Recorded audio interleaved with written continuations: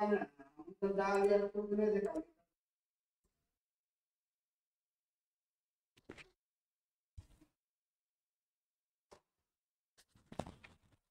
రండి. So good morning everyone.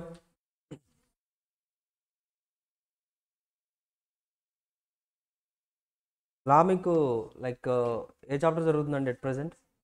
Companies act start అయిందా? అందులో ఫస్ట్ చాప్టర్ ఇన్కార్పొరేషన్ స్టార్ట్ అయిందా? ఇంకా బేసిక్స్ జరుగుతున్నాయండి. ఓకే, ఇన్కార్పొరేషన్ స్టార్ట్ అవ్వలేదు ఇంకా. Good.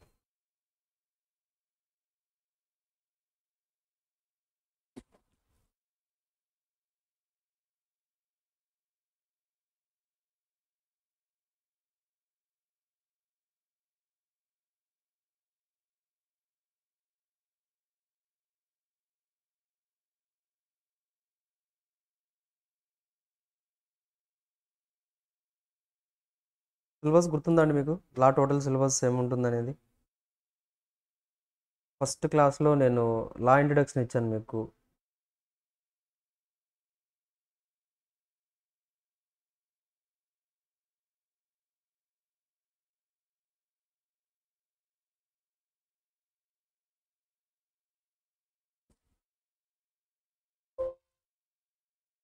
This is your syllabus.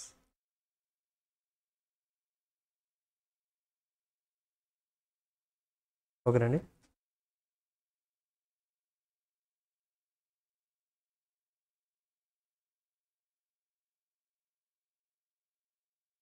Okay చూడండి, సిలబస్లో వచ్చేసరికి మీకు ఆల్రెడీ చెప్పినవండి. ఇంట్రడక్షన్ ఒకటి ఉంటుంది, ఇంట్రడక్షన్ చాప్టర్. అది ఇంట్రడక్షన్ జరుగుతుందా మీకు? కోర్ట్స్, లీగల్ సిస్టమ్స్ ఇవి చెప్తున్నారా? అంతేనా? కాన్స్టిట్యూషన్ ఆఫ్ ఇండియా అవి చెప్పేశారా? ఫండమెంటల్ రైట్స్ అవన్నీ అయిపోయాయి. కంపెనీ ఎలా స్టార్ట్ చేయాలి, ఇన్కార్పొరేషన్ అంతే, దాన్ని ఇన్కార్పొరేషన్ అంటాం కదా. లైక్ ఎలా స్టార్ట్ చేయాలి, ఏ ఫార్మ్స్ ఫైల్ చేయాలి, అవే స్టార్ట్ చేశారు కదా. సో ఓకే, సో టోటల్గా కంపెనీస్ యాక్ట్లో the total process for this one అండి. సెక్షన్ సి మొత్తం కంపెనీస్ అకౌంట్సే, కంపెనీస్ యాక్టే. ఆ తర్వాత మీకు కమర్షియల్ లాస్ ఉన్నాయి. And the next one there is one part call like industrial laws. Around ఒక మీకు 15 to 20 మార్క్స్ వరకు కూడా ఇండస్ట్రియల్ లాస్ నుంచి ఈ మధ్య క్వశ్చన్స్ అడుగుతూనే ఉన్నారండి, కంటిన్యూస్గా అడుగుతున్నారు. అండ్ ఇండస్ట్రియల్ లాస్ ఏంటంటే అంటే చాలా ఈజీగా ఉంటుంది, అంటే కంటెంట్ వైజ్గా చాలా తక్కువ. ఇప్పుడు మీరు కంపెనీస్ యాక్ట్ తీసుకున్నారనుకోండి, మీకు ఫర్ ఎగ్జాంపుల్ 30 to 40 మార్క్స్ అడుగుతారు. బట్ 30 to 40 మార్క్స్కి మీరు ఆల్మోస్ట్ ఒక మాడ్యూల్ చదవాలండి. ఒక మాడ్యూల్ అంటే ఇక్కడ చూడండి, ఆల్రెడీ మెటీరియల్ ఓపెన్ చేశాను. ఎన్ని చాప్టర్స్ ఉన్నాయండి, ఎన్ని పేజెస్ ఉన్నాయి? 212 పేజెస్ ఉన్నాయి. ఈ 212 పేజెస్ చదివితే మీకు 30 నుంచి 40 మార్క్స్ వస్తాయి. 212 పేజెస్ చదివితే. అండ్ నెక్స్ట్ ఇంకొకటి చూడండి,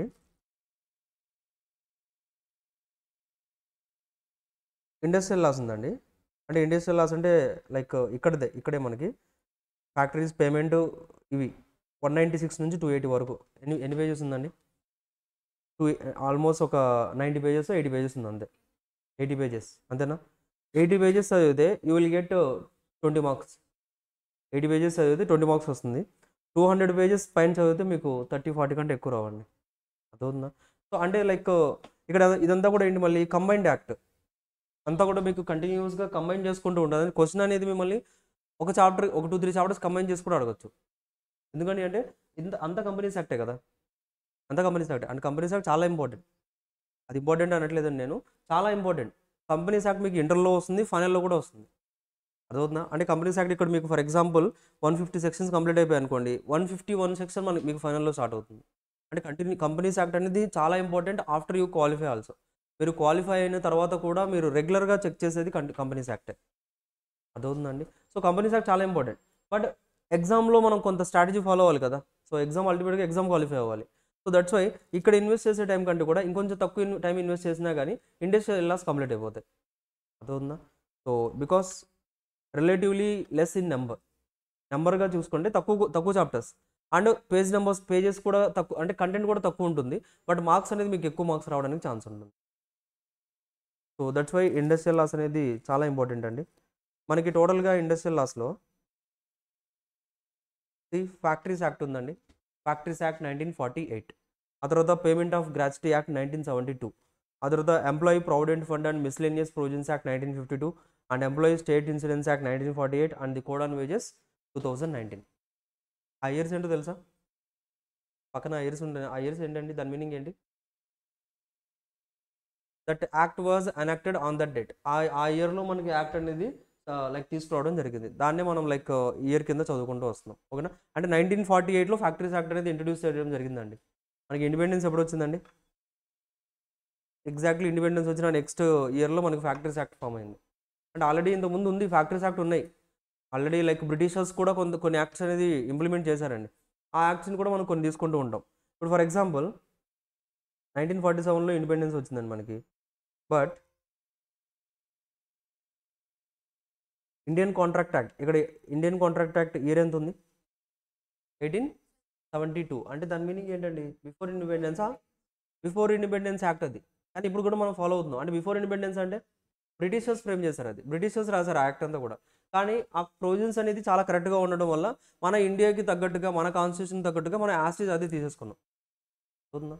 సో అలాగా ఇయర్స్ అనేది డినోట్ చేయడం జరుగుతుంది. And industrial laws. Industrial laws అండి. ఇండస్ట్రియల్ లాస్ అంటే సింపుల్గా ఏంటండి అంటే లైక్ మనం market like once you qualify, మీరు క్వాలిఫై అయిన తర్వాత ఒకటి కంపెనీకి వెళ్తారు, లేదా ఫ్యాక్టరీస్లో కూడా మీకు జాబ్స్ ఉంటాయండి. ఫ్యాక్టరీస్ అంటే లైక్ ఇండస్ట్రీస్, సపరేట్ ఇండస్ట్రీస్ ఉంటాయి. లైక్ ఆ ఇండస్ట్రీస్లో కూడా మీకు జాబ్స్ రావడానికి ఛాన్స్ ఉంటుంది. సో రెండిట్లో కూడా వెళ్తారు. సో ఇండస్ట్రీస్కి వెళ్ళినప్పుడు ఆ ఇండస్ట్రీలో సపరేట్ ప్రొవిజన్స్ ఉంటాయి, సపరేట్ రెగ్యులేషన్స్ ఉంటాయి. అవి ఏంటనేది కూడా మీకు తెలియాలి. అవుతుందా? So that is all about these chapters.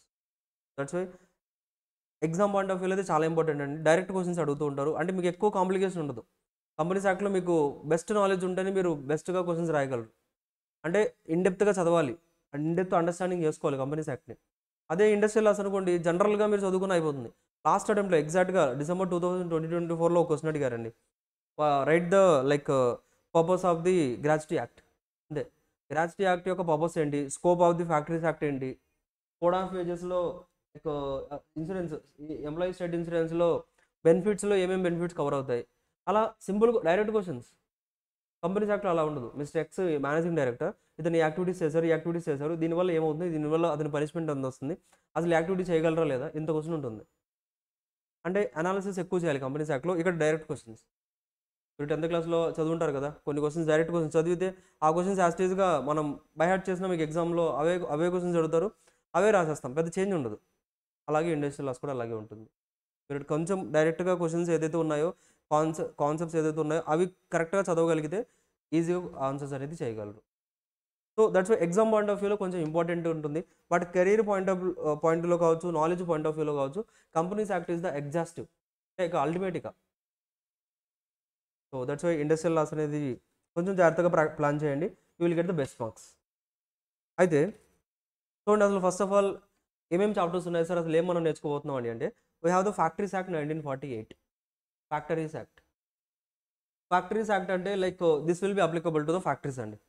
Factories చాలా ఉంటాయి కదా మనకి, ఫ్యాక్టరీస్ ఏదైతే ఉన్నాయో ఫ్యాక్టరీస్ అన్నిటి కూడా ఈ యాక్ట్ అప్లై అవుతుంది.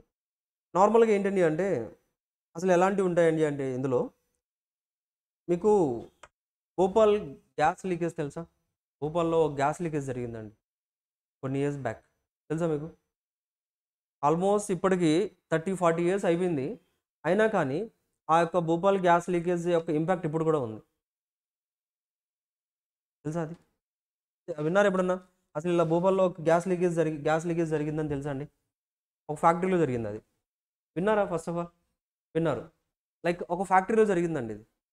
అయితే ఒక ఒక ఫ్యాక్టరీ ఉందండి. లైక్ వాళ్ళు ఏం చేస్తారని అంటే పెస్టిసైడ్స్ మ్యానుఫ్యాక్చర్ చేస్తూ ఉంటారు.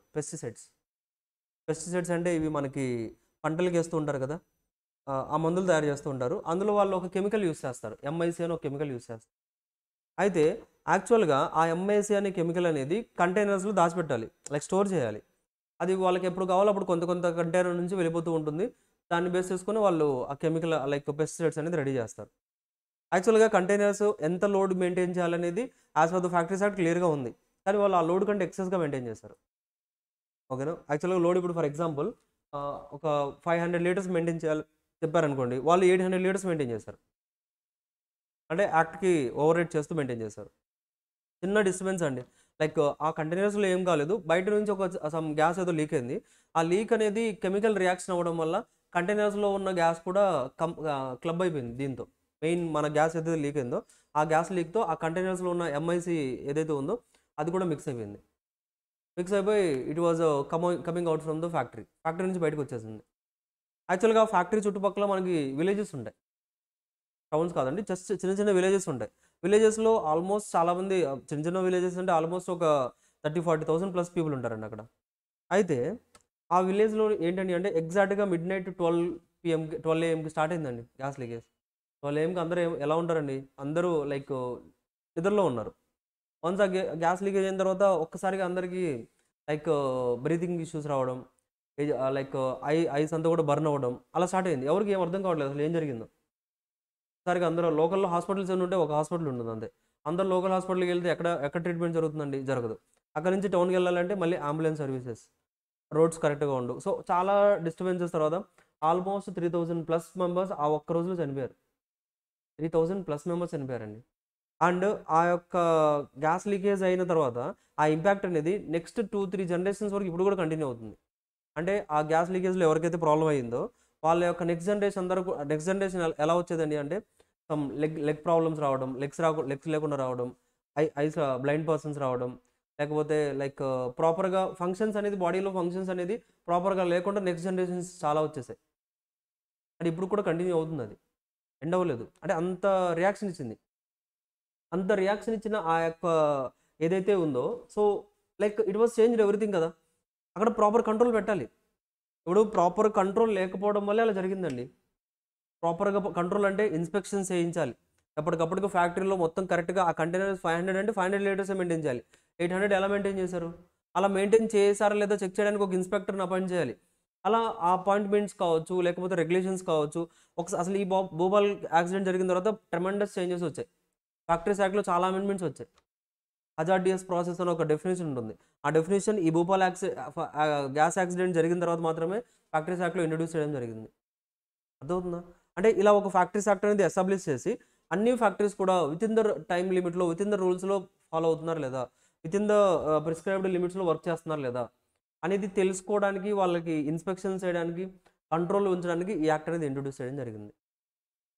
అవుతుందండి. ఫ్యాక్టరీస్ అంటే లైక్ వాళ్ళు ఎన్విరాన్మెంట్కి డ్యామేజ్ చేయకుండా డ్యామేజ్ అనేది చేస్తూ ఉంటారు కదా. ఫ్యాక్టరీస్ అంటే నార్మల్గా వదులుతూ ఉంటారు కదండి, లైక్ వేస్టేజ్ అంతా బయటకు వస్తూ ఉంటుంది కదా. అలాంటిది కూడా లేకుండా these acts will be permitted. ఈ యాక్ట్స్ అనేది స్ట్రిక్ట్ రెగ్యులేషన్స్ అనేది క్రియేట్ చేస్తాయి. పర్మిషన్స్ తీసుకోవాలి, మీరు ప్రాపర్ అప్రూవల్స్ తీసుకోవాలి. విత్ ఇన్ ద లిమిట్లో మాత్రమే మీరు పొల్యూషన్ని డ్యామేజ్ చేయగలరు. పొల్యూషన్ని డ్యామేజ్ చేయడానికి ఛాన్స్ లేదు. పొల్యూషన్ డ్యామేజ్ చేస్తే దానికి తగ్గట్టుగా మీరు రెమెడీ ఏంటి, everything was given in under the factories act. అదవుతుందా? ఎందుకు నేర్చుకోవాలి ఈ యాక్ట్ అనేది? అదొక యాక్ట్లో. So we need to learn like factories ఏదైతే ఉన్నాయో అవి ఎలా ఆపరేట్ అవుతున్నాయి ఏంటి, వాటిని ఇన్స్పెక్ట్ చేయడానికి ఒక ఇన్స్పెక్టర్ కూడా ఉంటారు. ఈచ్ అండ్ ఎవ్రీ ఏరియాకి ఒక ఇన్స్పెక్టర్ ఉంటారు. ఆ ఇన్స్పెక్టర్ ఎప్పుడు కావాలంటే అప్పుడు ఫ్యాక్టరీస్కి వెళ్ళి చెక్ చేయొచ్చు, ఎలా జరుగుతుంది ప్రాసెస్, ఎలా జరుగుతుంది, ఏదైనా మిస్టేక్ జరుగుతుందా, ఎన్ని కంటైనర్స్ యూస్ చేస్తున్నారు, ఎంత క్వాంటిటీ యూస్ చేస్తున్నారు, ప్రతిదీ ఇన్స్పెక్షన్ చేయొచ్చు, ప్రతిదీ సీజ్ కూడా చేయొచ్చు. అలాంటి పవర్స్ అనేది మనకి ఈ యాక్ట్లో ఇది ఇవ్వడం జరిగింది. ఒకవేళ ఈ యాక్ట్ లేకపోతే ఫ్యాక్టరీస్ వాళ్ళు ఇష్టం వచ్చినట్టు వర్క్ చేసుకుంటారు కదండి, ఇష్టం వచ్చినట్టుగా పొల్యూషన్ వదులుతూ ఉంటారా ఎన్విరాన్మెంట్లోకి, అల్టిమేట్గా పబ్లిక్ డ్యామేజ్ అవుతున్నారు లేదా? ప్లస్ డ్యామేజ్ అవుతారు. సో ఇలాంటి డిజాస్టర్స్ కావచ్చు, ఇలాంటి మిస్టేక్స్ జరగకుండా ఉండాలంటే ఒక యాక్ట్ కావాలి to regulate all the factories అన్నింటిని కూడా రెగ్యులేట్ చేయడానికి ఒక యాక్ట్ కావాలండి. అదే ఫ్యాక్టరీస్ యాక్ట్ 1948. అదవుతుందా? వై ద యాక్ట్, అంటే ఈ యాక్ట్ అనేది అసలు ఎందుకు ఇంట్రొడ్యూస్ చేశారు, దాని యొక్క మెయిన్ పర్పస్ ఏంటనేది చెప్తున్నాను. ఓకేనా? This is all about the factories act. Next అండి, payment of gratuity act 1972. Gratuity act యాక్చువల్గా ఏంటండి అంటే, ఇప్పుడంటే ఎంప్లాయీస్ కావచ్చు ఎవరైనా కానీ డైనమిక్గా ఉన్నారండి, లైక్ ఎక్కడ బెస్ట్ వస్తే అక్కడికి వెళ్ళిపోతారు. బట్ చాలా ఓల్డెన్ డేస్లో లైక్ మీ గ్రాండ్ ఫాదర్స్ లేకపోతే వాళ్ళ ఫాదర్స్ ఎవరైతే ఉంటారో ఆ టైంలో ఎంప్లాయీస్ ఎలా ఉండేవాళ్ళండి అంటే ఒక పర్సన్ ఉంటారు ఓనర్, అతని దగ్గర వర్క్ చేసేవాళ్ళు, లైఫ్ టైం అక్కడే వర్క్ చేసేవాళ్ళు. యజమాని అని ఉంటారు, అంటే ఇక ఓనర్ దగ్గర అతని ఎంప్లాయీస్ ఎవరండి అంటే లైక్ లైఫ్ టైం అతని దగ్గర వర్క్ చేస్తారండి. ఆ ఎంప్లాయీస్ అందరూ కూడా ఎంప్లాయర్ దగ్గర లైఫ్ టైం అక్కడే వర్క్ చేస్తారు. సో వేరే వాళ్ళ దగ్గర వర్క్ చేయరు, వాళ్ళ దగ్గర వర్క్ చేస్తారు. ఓల్డ్ మూవీస్లో చూస్తూ ఉంటాం కదండి, లైక్ ఇతను బిజినెస్ మా పిఏ, సో ఎప్పటి నుంచో మా బిజినెస్ స్టార్ట్ అయిన దగ్గర నుంచి ఇతనే ఉన్నారు, అలా చెప్పుకుంటూ ఉన్నాం. అంటే he will be there from beginning నుంచి అతను అక్కడే వర్క్ చేస్తూ ఉంటారు. ఒక టైం తర్వాత అతను రిటైర్ అయిపోతారు కదా, ఒక ఏజ్ వచ్చిన తర్వాత ఒక టైం తర్వాత రిటైర్ అవుతారు కదా, అతను ఆఫీస్ నుంచి అతను లైక్ వెళ్ళిపోయేటప్పుడు ఆ ఓనర్ ఎవరైతే ఉన్నారో ఆ ఓనర్ ఏంటంటే అంటే ఇంతకాలం ఇతని దగ్గర ఉండి సర్వీస్ చేసినందుకు కాను అతనికి ఎంతో కొంత అమౌంట్ ఇచ్చి పంపించేవాళ్ళు. ఓల్డెన్ డేస్లో ఒక ట్రెడిషన్ అది. అంటే మనం ఒకళ్ళ దగ్గర వర్క్ చేసామంటే ఎక్కువ ఎక్కువ ఇయర్స్ అక్కడ అతని దగ్గర వర్క్ చేసాం, ఒక తర్వాత ఒక టైం తర్వాత మనం లైక్ వెళ్ళిపోతుంటే వాళ్ళు ఏం చేస్తారంటే అంటే ఇన్ని ఇయర్స్ మన దగ్గర వర్క్ చేశారు కదా అని కొంత అమౌంట్ రాసేసి కొంత అమౌంట్ ఇచ్చేసి పంపించేస్తారు. అదవుతుందా? And the same thing which was implemented as an act. అదే మనకి 1972లో ఒక యాక్ట్ లాగా తీసుకొచ్చారు. ఏంటండి అంటే ఎవరైతే ఒక ఆర్గనైజేషన్లో కంటిన్యూస్గా 5 ఇయర్స్ లేదా అంతకంటే ఎక్కువ ఇయర్స్ మన కంపెనీలో వర్క్ చేస్తారో, వర్క్ చేసి వాళ్ళు వెళ్ళేటప్పుడు you need to pay some gratuity pay చేయాలి. గ్రాటిట్యూడ్ అంటే ఏంటి? గ్రాటిట్యూడ్ ఏంటండి? కృతజ్ఞత, అంతేనా? గ్రాటిట్యూడ్ అంటే అంతేనా కదండి, థ్యాంక్ఫుల్నెస్ కదా. అంటే ఇక్కడ మనం అదే చెప్తున్నాం, ఇక్కడ మన యాక్ట్ పేరు ఏంటి? పేమెంట్ ఆఫ్ గ్రాట్యుటీ అంటే అదేనండి, అదే సేమ్ గ్రాటిట్యూడ్. అంటే థ్యాంక్ఫుల్నెస్తో మన దగ్గర మన కంపెనీలో ఇన్ని ఇయర్స్ వర్క్ చేశారు కదా, ఇన్ని ఇయర్స్ వర్క్ చేసినందుకు కాను యాజ్ ఏ గ్రాటిట్యూడ్ కింద మనమే కొంత అమౌంట్ అనేది అతనికి పే చేస్తున్నాం. అవునా? అలా అది ఎంత అమౌంట్ పే చేయాలి, అలా అది అన్ని కంపెనీస్ కూడా పే చేయాలి. ఎవరైతే మన గ్రాట్యుటీ యాక్ట్లో కవర్ అవుతారో కంపెనీస్, ఆ కంపెనీస్ అందరూ కూడా కంపల్సరీగా గ్రాట్యుటీ పే చేయాలి. క్లియర్? ఈ యాక్ట్లో మనం ఏం చదువుకుంటామని అంటే అలా గ్రాట్యుటీ ఏ కంపెనీస్కి అప్లై అవుతుంది, ఏ ఎంప్లాయీస్కి అప్లై అవుతుంది, ఒకవేళ అప్లై అయితే ఎంత అమౌంట్ పే చేయాలి, క్యాలిక్యులేషన్ కూడా చెప్పాలి కదా. ఎంత అమౌంట్ పే, మినిమం ఎంత అమౌంట్ పే చేయాలి, మాక్సిమం కంపెనీ ఇష్టం, బట్ మినిమం ప్రిస్క్రైబ్డ్ అమౌంట్ అనేది క్యాలిక్యులేషన్ ఉంటుంది, ఆ క్యాలిక్యులేషన్ బేస్ చేసుకొని అంత అమౌంట్ పే చేయాలి. అవుతుందండి. సో అలా ఈ ప్రొవిజన్స్ అన్ని కూడా మనం ఎక్కడ చదువుకుంటామండి? గ్రాట్యుటీ యాక్ట్లో నేర్చుకుంటాం. క్లియర్? అవుతుందా? That's it. అంటే జస్ట్ లైక్ మీకు ఇండస్ట్రియల్ లాస్లో మనం అసలు ఏం చదవబోతున్నాం అనేది చెప్తున్నానండి. ఫ్యాక్టరీస్ యాక్ట్ ఎందుకు అర్థమైందా మీకు ఇప్పుడు? ఫ్యాక్టరీస్ యాక్ట్ అంటే అలా ఫ్యాక్టరీస్ ఏదైతే ఉన్నాయో వాటిని రెగ్యులేట్ చేయడానికి. సో అవన్నీ కూడా లైక్ ప్రాపర్ కంట్రోల్లో ఉండి అవి ఎలాంటి పొల్యూషన్ కావచ్చు, ఎన్విరాన్మెంట్కి కావచ్చు, ఎలాంటి డిస్టర్బెన్స్ అనేది క్రియేట్ చేయకుండా ఉన్నాయో లేదో చెక్ చేయడానికి, వాటి మీద ప్రాపర్ కంట్రోల్ ఫిక్స్ చేయడానికి ఫ్యాక్టరీస్ యాక్ట్ ఇంట్రొడ్యూస్ చేయడం జరిగింది. పేమెంట్ ఆఫ్ గ్రాట్యుటీ ఎందుకు క్రియేట్ చేసాం? ఒక ఆర్గనైజేషన్లో ఎంప్లాయీస్ వాళ్ళ మెజారిటీ ఆఫ్ ద సర్వీస్ అంతా కూడా మన ఆర్గనైజేషన్లోనే వర్క్ చేసినప్పుడు వాళ్ళు వెళ్తున్నప్పుడు ఎంతో కొంత రిటర్న్ గిఫ్ట్ అనేది మనం ఇవ్వాలి. ఆ గిఫ్ట్నే మనం ఇక్కడ గ్రాట్యుటీ అంటున్నాం. ఆ గ్రాట్యుటీ అమౌంట్ అనేది ఎంత పే చేయాలి, ఎవరికి పే చేయాలి, ఏంటి అనేది ప్రొవిజన్స్ అన్ని కూడా మనం గ్రాట్యుటీ యాక్ట్లో నేర్చుకుంటాం. ఉందండి. Clear? Next one, employee provident fund and miscellaneous provisions act 1952. మూవీస్లో చూసుంటారు కదా, పిఎఫ్, ఫాదర్ పిఎఫ్ డ్రా ఏదో మ్యారేజ్కి పిఎఫ్ డ్రా చేస్తారు, తనకి ఏదైనా బిజినెస్ కావాలంటే పిఎఫ్ డ్రా చేస్తున్నట్టు చెప్తూ ఉంటారు. ఏదైనా హౌస్ కన్స్ట్రక్షన్ చేసేటప్పుడు పిఎఫ్ అసలు పిఎఫ్ అని విన్నారు ఎప్పుడన్నా? ప్రావిడెంట్ ఫండ్ తెలుసా అండి మీకు అసలు అది? చెప్పండి, మీకు ఏం తెలుసండి?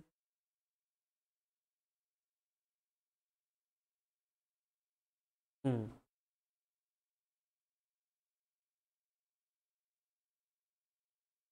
ఆ, కరెక్ట్. ఇంకా అండి, మీకు ఎలా తెలుసండి? పిఎఫ్ అకౌంట్ ఉందా? మీరండి? పిఎఫ్ ఉందండి. సో అంటే మనకు కొంత అమౌంట్ కట్ అవుతుంది కదా, అంటే పిఎఫ్ అంటే అదేనండి. పిఎఫ్ అంటే మెయిన్ ప్రావిడెంట్ ఫండ్, దాని మీనింగ్ ఏంటండి అంటే ఎంప్లాయీ ఎంప్లాయీ వర్క్, ఇప్పుడు ఎంప్లాయీ యాక్చువల్గా వర్క్ చేస్తున్నారు కదా, వర్క్ చేసినప్పుడు అతను ఎర్నింగ్ పొజిషన్లో ఉన్నారు, హీఈస్ ఎర్నింగ్ సమ్ అమౌంట్, కొంత అమౌంట్ ఎర్న్ చేస్తున్నారు. అతను రిటైర్ అయిపోయిన తర్వాత కూడా ఈ no need to depend on anything. అతని డిగ్నిటీ అనేది మెయింటైన్ చేయడానికి, ఒక ఎంప్లాయీ యొక్క డిగ్నిటీ అలాగే మెయింటైన్ చేయడానికి కొంత అమౌంట్ అనేది కంపెనీస్ అనేది ముందుగానే సెట్ చేసి లైక్ డిడక్ట్ చేసి ఉంచాలి. ఎర్నింగ్ ఉన్నప్పుడు అతను హీ విల్ బి ఒక పొజిషన్లో ఉండి వర్క్ చేసుకుంటారు కదండి. అతని యొక్క ఒక ఎంప్లాయీ ఎవరైతే ఉన్నారో అతని ఎర్నింగ్స్ అతనే తీసేసుకొని he will be independent. Retire అయిపోయిన తర్వాత కూడా అతను ఏదైతే పొజిషన్ అతను ఆల్రెడీ మెయింటైన్ చేశారో ఆ పొజిషన్ అనేది ఎక్కడా కూడా ఎఫెక్ట్ అవ్వకుండా ఉండే విధంగా మనకి ఈ యాక్ట్ అనేది ఇంట్రడ్యూస్ చేయడం జరిగింది.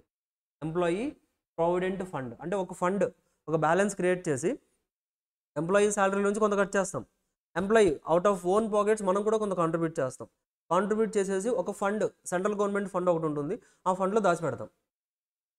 అతను రిటైర్ అయిపోయిన తర్వాత అతనికి యాక్చువల్గా ఎర్నింగ్స్ ఉంటాయా? నార్మల్గా అయితే ఒక ఎంప్లాయీ రిటైర్మెంట్ తీసుకున్న తర్వాత అతనికి ఎర్నింగ్స్ ఉండవండి.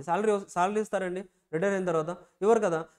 అయినా కానీ శాలరీ లేకపోయినా కానీ ఫైనాన్షియల్గా ఈ నో నీడ్ టు లైక్ ఎక్కడ కూడా డిపెండెన్స్ అనేది ఉండకూడదు అని మనకు ఒక ఫండ్ ఆల్రెడీ గవర్నమెంట్ క్రియేట్ చేసింది. ఆ ఫండ్ మీకు ఇచ్చేస్తారు. You can utilise in the retirement period. Retirement పీరియడ్లో యూటిలైజ్ చేసుకోవడానికి ఈ అమౌంట్ అనేది ఉంటుంది. సో ఇలాగా ఆర్గనైజేషన్స్ అనేది మ్యాండేటరీగా కొన్ని ఆర్గనైజేషన్స్ పిఎఫ్ కట్ చేయాలి. మిగతా కంపెనీస్కి అది ఆప్షనల్, వాళ్ళ ఇష్టం. అది ఎంప్లాయీస్కి బెనిఫిట్లో ఇద్దాం అనుకుంటే కట్ చేస్తారు. లేదు అంటే కొన్ని కంపెనీస్కి అది మ్యాండేటరీ అండి. ఇప్పుడు ఒక సాలరీ లిమిట్ ఉంటుంది, అంతకంటే తక్కువ ఎంప్లాయీస్కి మ్యాండేటరీ. అదే కొన్ని కంపెనీస్ ఉంటాయి, ఎంత ఎంత సాలరీ ఉన్నా కానీ అది like it's optional, like benefit given to the employees. మన గవర్నమెంట్ కంపెనీస్ కావచ్చు, పిఎస్యూస్ కావచ్చు, ప్రైవేట్ సెక్టార్లో కూడా ఆల్మోస్ట్ అన్ని కంపెనీస్ పిఎఫ్ కట్ చేస్తూ ఉంటాయండి. ఎందుకంటే అదొక benefit given to that is the benefit given to the employees. ఒక బెనిఫిట్ అనేది మనం ఎంప్లాయ్మెంట్ అయిపోయిన తర్వాత కూడా మనం ఇస్తున్నాం. సో అలా పిఎఫ్ అనేది ప్రొవిజన్స్ అంటే లైక్ ఎలాంటి కంపెనీస్కి మ్యాండేటరీగా అప్లై అవుతుంది, అండ్ ఎస్టాబ్లిష్మెంట్స్ ఏమేమి కవర్ అవుతాయి, అండ్ ఎలాంటి ఎంప్లాయీస్కి మ్యాండేటరీగా కవర్ అవుతుంది, ఎంత అమౌంట్ కట్ చేయాలి, పర్సంటేజ్ తెలియాలి కదా. ఎంతంటే అంత కాదండి, మినిమం ఎంతో మినిమం పర్సంటేజ్ ఉంటుంది. ఆ మినిమం పర్సంటేజ్ ఎంత కట్ చేయాలి, అది కట్ చేసింది ఎక్కడికి వెళ్తుంది, అండ్ ఆ ఫండ్ని మీరు ఎప్పుడెప్పుడు యూటిలైజ్ చేయొచ్చు. అందులో ఒక రీజన్ ఎంప్లాయ్మెంట్, ఒక 2 months ఎంప్లాయ్మెంట్ చేయకపోతే యూటిలైజ్ చేసుకోవచ్చు, అదొక రీజన్. అలాగే మనకి మల్టిపుల్ రీజన్స్ ఉంటాయి, హౌస్ కన్స్ట్రక్షన్ కోసమని, లేకపోతే చిల్డ్రన్ మ్యారేజెస్ కానీ, ఇలా మల్టిపుల్ రీజన్స్ ఉంటాయండి. ఆ టైంలో మీరు ఎప్పుడెప్పుడు విత్డ్రా చేయొచ్చు ఏంటనేది లిస్ట్ ఉంటుంది. ఇదంతా కూడా మనకి ఎక్కడ చెప్తారు, employee provident fund and miscellaneous provisions act 1950. అదవుతుందా? ఆ టోటల్ ప్రొవిజన్స్ అంటే వన్స్ మీరు ఆ యాక్ట్ మొత్తం చదివిన తర్వాత ఇక పిఎఫ్ రిలేటెడ్ మీకు ఎవ్రీథింగ్ విల్ బి క్లియర్. ఇక మొత్తం you will get the knowledge on the total things. ఎలా కట్ అవుతుంది, ఎంత కట్ అవుతుంది, ఎవరికి ఎంత కట్ అవుతుంది, ఆ కట్ అయిన బ్యాలెన్స్ ఎక్కడికి వెళ్తుంది, దాన్ని ఎలా యూటిలైజ్ చేయొచ్చు, ఏ పర్పస్ కోసం యూటిలైజ్ చేయొచ్చు, ఒకవేళ డ్రా చేయాలంటే ఎవరు పర్మిషన్ తీసుకోవాలి, ఏంటి, ప్రతిదీ కూడా మనకి ఈ యాక్ట్లో ప్రొవైడ్ చేయడం జరుగుతుంది. This is nothing but an employee benefit scheme. ఎంప్లాయీస్కి అడిషనల్ బెనిఫిట్ క్రియేట్ చేస్తున్నాం, ఒక సోషల్ సెక్యూరిటీ క్రియేట్ చేస్తున్నాం, అవునా కదా. ఒక టైం అయిపోయిన తర్వాత he will be secured. Employee ఎప్పుడు కూడా సెక్యూర్డ్ పొజిషన్లో ఉన్నట్టే కదండి. ఈవెన్ దో అతను రిటైర్మెంట్ తీసుకున్నా కానీ ఒక సెక్యూర్డ్ పొజిషన్ అనేది ఉంటుంది. దట్స్ వై ఆ సెక్యూర్డ్ పొజిషన్ తీసుకోవడానికి మనకి ఈ ఎంప్లాయీ ప్రావిడెంట్ ఫండ్ అనేది యూజ్ అవుతుంది. Clear. Next one, employee state insurance act 1948. ESI hospital చూసారా మీరు ఇక్కడ ఎప్పుడన్నా? చూసారా అండి? ఇంకెక్కడ నగర్ ప్రీవియస్ స్టాప్ అదే అనుకుంటా కదా, అంతేనా? ఇటు సైడ్ వెళ్ళేటప్పుడు ఎస్ఆర్ నగర్ తర్వాత ఈఎస్ఐ, అంతే కదా. అక్కడ ఈఎస్ఐ హాస్పిటల్ ఉంది, రోడ్ మీద మీకు కనిపిస్తూ ఉంటుంది ఈఎస్ఐ హాస్పిటల్. అంటే ఏంటండి అంటే అక్కడ సింపుల్ పాయింట్, ఇది కూడా అంతే. ఎంప్లాయీస్ స్టేట్ ఇన్సూరెన్స్ యాక్ట్ అంటే ఏంటండి అంటే, ఇప్పుడు ఎంప్లాయీస్ ఆర్గనైజేషన్లో వర్క్ చేస్తున్నారండి, సడన్గా ఏదన్నా డిసీజెస్ కావచ్చు, లేకపోతే ఏదన్నా ట్రీట్మెంట్స్ కావాలి, మెడికల్ ట్రీట్మెంట్స్ కావాలి. సో మెడికల్ ట్రీట్మెంట్స్కి ఒక్కసారిగా మనకి ఏదైనా చిన్న ఇష్యూ వస్తే ఒకసారి హాస్పిటల్కి వెళ్తే బిల్ ఎంత అవుతుందో తెలుసు కదండి. ఆల్మోస్ట్ మీ యొక్క 1 year సేవింగ్స్ మొత్తం కూడా హాస్పిటల్కి ఇచ్చేసేయాలి కదా. సో అలాంటి ప్రాబ్లమ్స్లోకి వెళ్ళకుండా, ఎంప్లాయీస్ అలాంటి డిస్ట్రెస్లోకి వెళ్ళకుండా, ఇప్పుడు ఆల్రెడీ ప్రాబ్లం ఉందని ఫీల్ అవ్వాలి, అండ్ ఫైనాన్షియల్గా మళ్ళీ ఏదైనా ప్రాబ్లం వస్తుందని ఫీల్ అవ్వాలి. అలాంటి థింగ్స్ అనేది ఎంప్లాయీస్కి లేకుండా ఇది కూడా ఒక ఎంప్లాయీ బెనిఫిట్ స్కీమ్ లాంటిది. ఇది కూడా ఎంప్లాయీస్కి ఒక బెనిఫిట్ ఇస్తున్నారు. ఏంటంటే అంటే వెన్ ఎవర్ యూ హ్యావ్ అక్కడ్ సమ్ డిసీజెస్ కావచ్చు, ఏదైనా ప్రాబ్లమ్స్ కావచ్చు వస్తే మీకంటూ ఒక సపరేట్ ఇన్సూరెన్స్ అనేది క్రియేట్ చేస్తున్నారు. అదవుతుందా? మీకంటూ ఆల్రెడీ పిఎఫ్ కట్ చేస్తున్నారు కదా, అలాగే మీకు ఏంటండి అంటే మీ అకౌంట్ మీద కొంత ఇన్సూరెన్స్ అనేది తీసుకుంటారు. అంటే మీకు ఏ ట్రీట్మెంట్ కావాలన్నా కానీ ఈఎస్ఐ హాస్పిటల్కి వెళ్ళి ట్రీట్మెంట్ ఫ్రీ ఆఫ్ కాస్ట్లో ట్రీట్మెంట్ చేయించుకోవచ్చు అండి. అంటే మీరు you no need to worry about the financials. అంటే when you are in the distress and when you are in the like medical emergency, you no need to think about the finance గురించి ఆలోచించాల్సిన అవసరం లేదు. మీరు ఒక ESI యాక్ట్లో cover అయితే so you will get the free treatment. ఆ treatments ఎలా చేస్తారు, ఈఎస్ఐ అంటే అసలు ఎంత అమౌంట్ కట్ చేస్తారు, శాలరీలు ఎంత కట్ చేస్తారు, మ్యాక్సిమం ఇన్సూరెన్స్ పాలసీ అందిస్తారు, ఎంత వాల్యూ వరకు కూడా మీరు లైక్ యూటిలైజ్ చేసుకోవచ్చు, అదంతా కూడా మనకి ఈఎస్ఐ యాక్ట్లో చెప్తారు. అవుతుందా? ఈఎస్ఐ యాక్ట్ ఎవరికి అప్లై అవుతుంది, అప్లై అయితే ఎంత అమౌంట్ కట్ అవుతుంది, ఆ అమౌంట్ కట్ అయిన తర్వాత మీకు పాలసీ వాల్యూ అందిస్తారు. అవుతుందండి? పాలసీ వాల్యూ ఉంటుంది కదా, మీరు 1000 కడితే ఒక పాలసీ ఉంటుంది, 10,000 కడితే ఒక వాల్యూ ఉంటుంది. అలాగా ఎంత కట్ చేస్తారు, ఎంత పాలసీ వాల్యూ ఇస్తారు, మ్యాక్సిమం పాలసీ ఎంత ఎక్సీడ్ అవ్వకూడదు. That will be discussed in this act. ఓకేనా? Next one, code on wages 2019. ఇంతకుముందు మనకి లేబర్ లాస్ అనేది చాలా ఉండేవండి. లేబర్ లాస్ అని, పేమెంట్ ఆఫ్ వేజెస్ యాక్ట్ అని, ఇలా చాలా ఉండేవి. అవన్నీ కూడా తీసేసి ఒక త్రీ యాక్ట్స్ని కంబైన్ చేసేసి ఈ యొక్క కోడ్ ఆన్ వేజెస్ 2019లో తీసుకొచ్చారు. ఈ రీసెంట్ అమెండ్మెంట్ మనకి న్యూ సిలబస్లోనే ఉందండి. ఇది ఇంతకుముందు ఓల్డ్ సిలబస్లో కోడ్ ఆన్ వేజెస్ ఉండేది కాదు. ఓల్డ్ లాస్ ఉండేవి, లేబర్ లాస్ ఉండేవి. అవన్నీ ఇప్పుడు లైక్ ఎరాడికేట్ చేసేసి అవన్నీ మెర్జ్ చేసేసి ఒక సింగిల్ కోడ్ కింద తీసుకొచ్చారు. ఇక్కడ యాక్ట్ అని ఉందా? యాక్ట్ అని లేదు. ఎందుకంటే అంటే ఇది యాక్ట్ కాదండి. This is the combination of the multiple acts. అంటే ఒక 2-3 యాక్ట్స్ని కంబైన్ చేస్తే ఒక డాక్యుమెంట్ ఫామ్ అవుతుంది కదా, ఆ డాక్యుమెంట్ని మనం కోడ్ అని చెప్తాం. Code on wages. అందుకోసం ఇక్కడ యాక్ట్ అని యూస్ చేయలేదు. మీరు కూడా యాక్ట్ అని యూస్ చేయకూడదు ఎక్కడ కూడా. ఎగ్జామ్లో కూడా కోడ్ ఆన్ వేజెస్ యాక్ట్ అని చదవద్దు. Code on wages, that's it. అక్కడ కోడ్ అని పెట్టామంటేనే యాక్ట్ లేదు కాబట్టి కోడ్ పెట్టాం. ఎందుకు యాక్ట్ లేదు సార్ అంటే అది ఒక సింగిల్ యాక్ట్ అయితే యాక్ట్ అని చెప్పొచ్చు. యాక్ట్స్ అని చెప్పకూడదు ఎక్కడ కూడా మనం. యాక్ట్స్ కాదు, యాక్ట్స్ ఉండవండి, ఒక యాక్ట్ ఉంటుంది అంతే. సో దట్స్ వై ఒక 3 యాక్ట్స్ని కంబైన్ చేసి ఒక డాక్యుమెంట్ మనం మెర్జ్ చేసి ప్రిపేర్ చేసాం కాబట్టి దాన్ని మనం ఒక కోడ్ ఆన్ వేజెస్ అని చదవడం జరుగుతుంది. ఇందులో ఏముంటుంది సార్ అంటే all about the labour laws అండి. అంటే ఒక ఎంప్లాయీస్ వర్క్ చేసేటప్పుడు ఎంప్లాయీస్కి ఎలాంటి డిస్క్రిమినేషన్ కూడా ఉండకూడదు. ఓకేనా? లైక్ వర్క్లో కావచ్చు అండ్ ఈవెన్ దో సాలరీస్ పేమెంట్లో కావచ్చు. కొన్ని ఆర్గనైజేషన్స్లో ఇంతకుముందు ఎలా ఉండేవండి, ఉమెన్కి ఒక ఫేర్ ఉండేది. ఉమెన్కి ఏమో లైక్ తక్కువ శాలరీ ఇచ్చేవాళ్ళు, మెన్కి ఎక్కువ శాలరీ ఇచ్చేవాళ్ళు. నార్మల్గా ఫ్యాక్టరీస్లో కావచ్చు అలా వర్క్ చేసేటప్పుడు వాళ్ళు ఎక్కువగా వర్క్ చేస్తారు, వీళ్ళు తక్కువగా వర్క్ చేస్తారని ఫేర్ కూడా డిఫరెంట్గా ఉండేది. అలా ఇవ్వడానికి ఛాన్స్ లేదు. డిస్క్రిమినేషన్ అనేది వేజెస్లో డిస్క్రిమినేషన్ మెయింటైన్ చేయకూడదు అనేది ఎక్కడ చెప్తారు? కోడ్ ఆన్ వేజెస్లో ఉంటుంది. అండ్ మినిమం అసలు ఎంత వేజెస్ పే చేయాలి, that will be discussed here. ఒక వీక్లో ఎన్ని అవర్స్ వర్క్ చేయాలి, మినిమం అవర్స్ ఎన్ని, లైక్ మ్యాక్సిమం ఎన్ని అవర్స్ వర్క్ చేయాలి, ఎన్ని అవర్స్ కంటే ఎక్కువగా మీరు వర్క్ చేయించకూడదు ఒక ఎంప్లాయీతో. ఒకవేళ ఎక్కువ అవర్స్ వర్క్ చేయించారంటే అతనికి శాలరీ మీరు డబుల్ శాలరీ పే చేయాలి, డబుల్ ద వేజెస్ పే చేయాలి. ఎక్కడ చెప్తారు సార్? కోడ్ ఆన్ వేజెస్లో చెప్తారు. అవుతుందండి. సో ఇలా మనకి ఒక్కొక్క యాక్ట్ ఒక్కొక్క డిఫరెంట్ థింగ్ గురించి హెల్ప్ అవుతుంది. బట్ ఆల్మోస్ట్ ఇవన్నీ కూడా మీకు ఎంప్లాయీస్ రిలేటెడ్గానే ఉంటాయండి. అర్థమవుతుందా? సో లైక్ సింపుల్, లైక్ మీరు ఎక్కడికి వెళ్ళినా కానీ ఈ యాక్ట్స్ అనేది ఇన్ జనరల్ చూస్తూనే ఉంటారు. మీకు ఫర్ ఎగ్జాంపుల్ మీరు కంపెనీలోకి వెళ్ళినా కానీ you will see the provident fund మీకు అప్లై అవుతుంది అండ్ ఈఎస్ఐ అప్లై అవుతుంది అప్పుడప్పుడు. అండ్ కోడ్ ఆన్ వేజెస్ కూడా మీరు అప్లై చేయొచ్చు. మిమ్మల్ని ఫర్ ఎగ్జాంపుల్ ఒక 1 వీక్లో కంటిన్యూస్ 1 వీక్లో 50 అవర్స్ వర్క్ చేయించారండి ఎంప్లాయర్ మీతో. మీరు వెళ్ళి క్లెయిమ్ చేయొచ్చు. So as per the code on wages నన్ను ఇన్ని అవర్స్ మీరు వర్క్ చేయించకూడదు, ఎక్స్ట్రా అవర్స్ ఏదైతే వర్క్ చేయించారో అన్ని అవర్స్కి మీరు నాకు డబుల్ పేమెంట్ ఇవ్వండి అని మీరు అడగచ్చు. అవునా?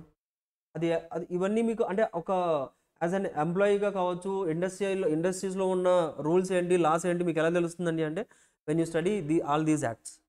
ఈ యాక్ట్స్ అన్ని చదివినప్పుడు you will get all the knowledge. అంటే ఒక ఇండస్ట్రీస్ అనేది ఎలా వర్క్ చేయాలి, ఎంప్లాయీస్ని ఎలా వర్క్ చేయించాలి, వాళ్ళు రూల్స్ ఏంటి, రెగ్యులేషన్స్ ఏంటి, మొత్తం కూడా మనకి ఈ యాక్ట్స్లో ఉంటాయి. ఫ్యాక్టరీస్ యాక్ట్లో ఎలా ఉంటుందండి అంటే ఒక ఫ్యాక్టరీ అసలు ఎలా మెయింటైన్ చేయాలి, ఫ్యాక్టరీలో ఫెసిలిటీస్ ఏమి ఇవ్వాలి, అది కూడా క్లియర్గా ఉంటుందండి అందులో. ఒక ఫ్యాక్టరీలో డ్రింకింగ్ వాటర్ ప్రొవైడ్ చేయాలి, అది బేసిక్కే కదా.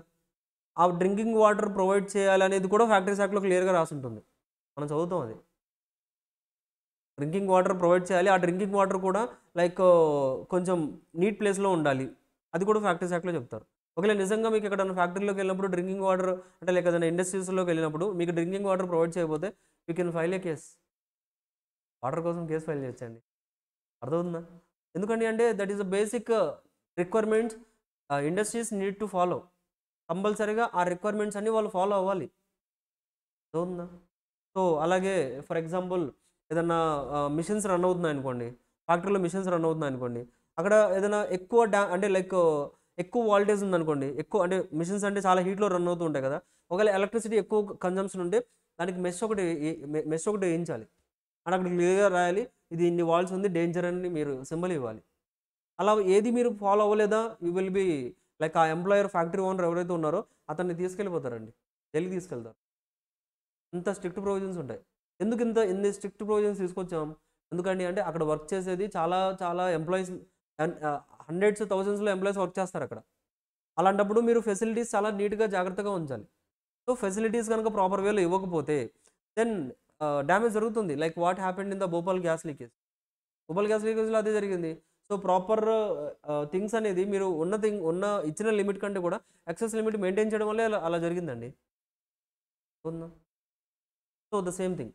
అలాగే ఫ్యాక్టరీస్ యాక్ట్లో మనకి ఇంకా లైక్ మీరు ఒక ఆఫీస్లో వర్క్ చేసినప్పుడు ఒకవేళ ఏదైనా డస్ట్ వస్తుంది అనుకోండి, డస్ట్ అంటే మీరు ఏదైనా మిషన్స్ వర్క్ చేసినప్పుడు డస్ట్ వస్తుంది కదా, ఆ డస్ట్ ఏదైతే వస్తుందో ఆ డస్ట్ కూడా బయటికి వెళ్ళడానికి మీరు ఏదైనా ఎగ్జాస్ట్ ఫ్యాన్స్ అప్లై చేయడం, అవన్నీ అంటే ఇలా ప్రతిదీ కూడా ఎంప్లాయీ సేఫ్టీ కింద ప్రతి పాయింట్ కూడా మనకు ఫ్యాక్టరీస్ యాక్ట్లో ఉంటుంది. సో ఇవన్నీ కూడా మీకు basic general knowledge unit to know. General knowledge అండి ఇదంతా కూడా. ఇప్పుడు మీకు పిఎఫ్ అంటే తెలిసిందా? ఆ పిఎఫ్ అంటే బేసిక్ ఇన్ఫర్మేషన్ మీకు తెలిసింది కదా. ఇన్ డెప్త్ అనాలిసిస్, అసలు ఎవరు ఆఫీసర్స్ ఎవరు ఉంటారు, పిఎఫ్ని ఎవరు కంట్రోల్ చేస్తున్నారు, ఏ అథారిటీకి ఎవరికి అథారిటీ ఉంది, అందులో ఎవరెవరు ఉంటారు, ఏంటి, ఎలా రెగ్యులేట్ అవుతుంది, ఏ పర్పస్ కోసం యూటిలైజ్ చేయొచ్చు, అలా ఇన్ డెప్త్ నాలెడ్జ్ మనం ఇక్కడ నేర్చుకుంటాం. అంటే ఇవన్నీ కూడా జనరల్ నాలెడ్జ్ మీకు ఎక్కడికి వెళ్ళినా యూజ్ అవుతాయి. మీరు కంపెనీకి వెళ్ళినా, ఫ్యాక్టరీస్కి వెళ్ళినా, ఇండస్ట్రీస్లో ఎక్కడికి వెళ్ళినా కానీ ఈ జనరల్ బేసిక్ థింగ్స్, మీ యొక్క రైట్స్ మీకు తెలియాలి. అవుతుందా? మీకు ఫండమెంటల్ రైట్స్ తెలుసు కదా, మనకు ఫండమెంటల్ రైట్స్ ఉన్నాయి కదండి. అలాగే ఇవి కూడా అంతే, బేసిక్ థింగ్స్, బేసిక్ రైట్స్ మీకున్న, అంటే మీకు అప్లై అయ్యే బెనిఫిట్స్ ఏవైతే ఉన్నాయో అవి మీకు తెలియాలి. When you went to the organisations, then మీరు యూటిలైజ్ చేసుకోవచ్చు ఇవన్నీ కూడా. సార్ నాకు ఇంత కట్ అవ్వాలి, నేను ఈఎస్ఐలో కవర్ అవుతున్నాను, నాకు ఇన్సూరెన్స్ పాలసీ ఇవ్వాలి, మీరు ఎంప్లాయర్ని అడగచ్చు. బట్ ఇదంతా జరగాలంటే మీకు ఫస్ట్ ఈ లాస్ గురించి తెలియాలి. దట్స్ వై ఇండస్ట్రియల్ లాస్ అనేది ఇంపార్టెంట్. అండ్ చాలా ఇంట్రెస్టింగ్గా ఉంటాయండి అన్నీ కూడా.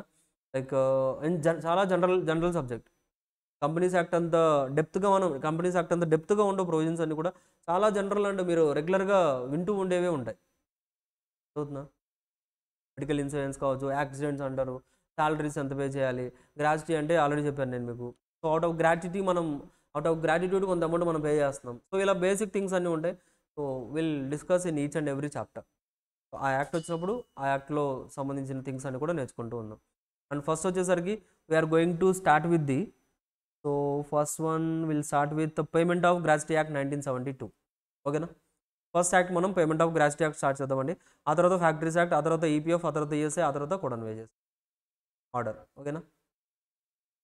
సో అర్థమైందా? ఒక బ్రీఫ్ ఓవర్వ్యూ అర్థమైందా మీకు అసలు ఎలా జరుగుతుంది అనేది, ఈ యాక్ట్స్ ఎలా వర్క్ అవుతాయి ఏంటి. So these are the basic things which will happen. And చెప్పాను కదా, జనరల్ యాక్ట్స్ అండి ఇవన్నీ కూడా. జనరల్ యాక్ట్స్ అండ్ మీరు కంపల్సరీగా you need to get the knowledge. Once మీరు సిఎంఏ క్వాలిఫై అయిపోయిన తర్వాత బేసిక్ థింగ్స్ అనేవి మీకు తెలిసి ఉండాలి. ఒక పర్సన్ వస్తారండి, క్లయింట్ వస్తారు. క్లయింట్ ఏమంటారండి అంటే, సార్ నేను ఫ్యాక్టరీ రన్ చేస్తున్నాను, ఎంప్లాయీస్ వచ్చేసరికి ఇంత సాలరీస్ అడుగుతున్నారు, బట్ నేను ఎలా సార్ ఇంత సాలరీస్ ఇవ్వను, నేను ఏదో సంథింగ్ చిన్న క్లాస్ ఏదో చెప్తారు కదా. మీరు ఏదైనా కాస్ట్ రికార్డ్స్ ఓపెన్ చేసినప్పుడు, సార్ ఏంటి ఇంత కాస్ట్ చూపించారండి, ఎందుకు ఇంత చూపించారు, ఒక బేసిక్ పాయింట్ ఉంటుంది. ఆ బేసిక్ పాయింట్స్ వచ్చినప్పుడు you need to know the knowledge. వీటి రిలేటెడ్ మీకు నాలెడ్జ్ ఉండాలి, చెప్పగలగాలి మీరు. అవుతుందా? సో అప్పుడు మీరు లైక్ అంటే ఒక సిఎంఏ క్వాలిఫై అయిన తర్వాత you must to have the basic knowledge. కొన్ని వాటి మీద కంపల్సరీ బేసిక్ నాలెడ్జ్ ఉండాలండి. క్లయింట్ వచ్చి అడుగుతారు, సార్ పిఎఫ్ ఏంటి ఇంత కట్ అవుతుంది, ఎలా డ్రా చేయాలని అడుగుతారు. అవును సార్ ఒకసారి చూస్తాను ఆగండి అని మీరు మొత్తం చెక్ చేసుకొని మళ్ళీ మీరు నేర్చుకొని అప్పుడు చెప్తారండి. చెప్పకూడదు. బేసిక్ నాలెడ్జ్ మీకు ఉండాలి. సార్ ఇంత కట్ అవుతుంది, మీకు ఇంత అమౌంట్ ఆల్రెడీ మీ పిఎఫ్ బ్యాలెన్స్ ఉంది, సో ఇందులో నుంచి మీరు ఇంత పర్సెంటేజ్ ఈ పర్పస్ కోసం తీసుకోగలరు, ఇంత పర్సెంటేజ్ ఈ పర్పస్ కోసం తీసుకోగలరు, చెప్పగలగాలి. అవుతుందా?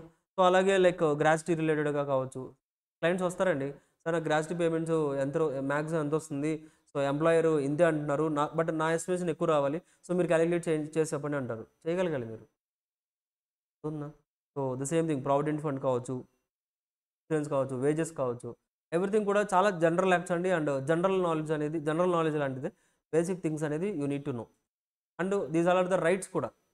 తర్వాత when you went to that ఇండస్ట్రీస్కి వెళ్ళినప్పుడు మీకు అవైలబుల్గా ఉన్న కొన్ని రైట్స్ కూడా మీకు ఇక్కడ నేర్చుకుంటారు మీరు. ఓకేనా? So will start in the next class అండి. చాప్టర్ నెక్స్ట్ క్లాస్లో స్టార్ట్ చేద్దాం. సో మెటీరియల్స్ ఉన్నాయి మీ దగ్గర ఏంటండి? అవునా, ఉన్నాయి అయితే మొత్తం ఉందండి. ఎన్ని మాడ్యూల్స్ ఉన్నాయి మీ దగ్గర? ఒకటే మాడ్యూల్లో మొత్తం ఇచ్చేసారా? ఇండస్ట్రియల్ లాస్ కూడా ఉంది అందులో. Okay.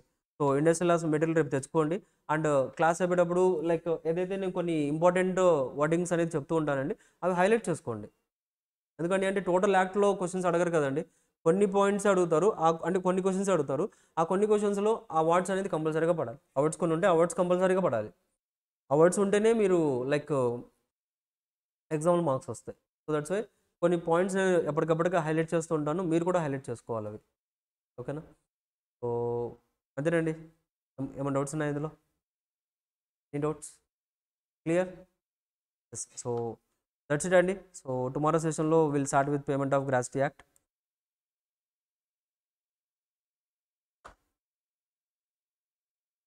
That's it.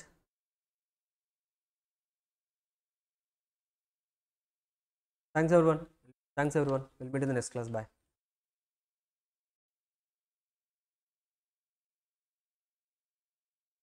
Recording stopped.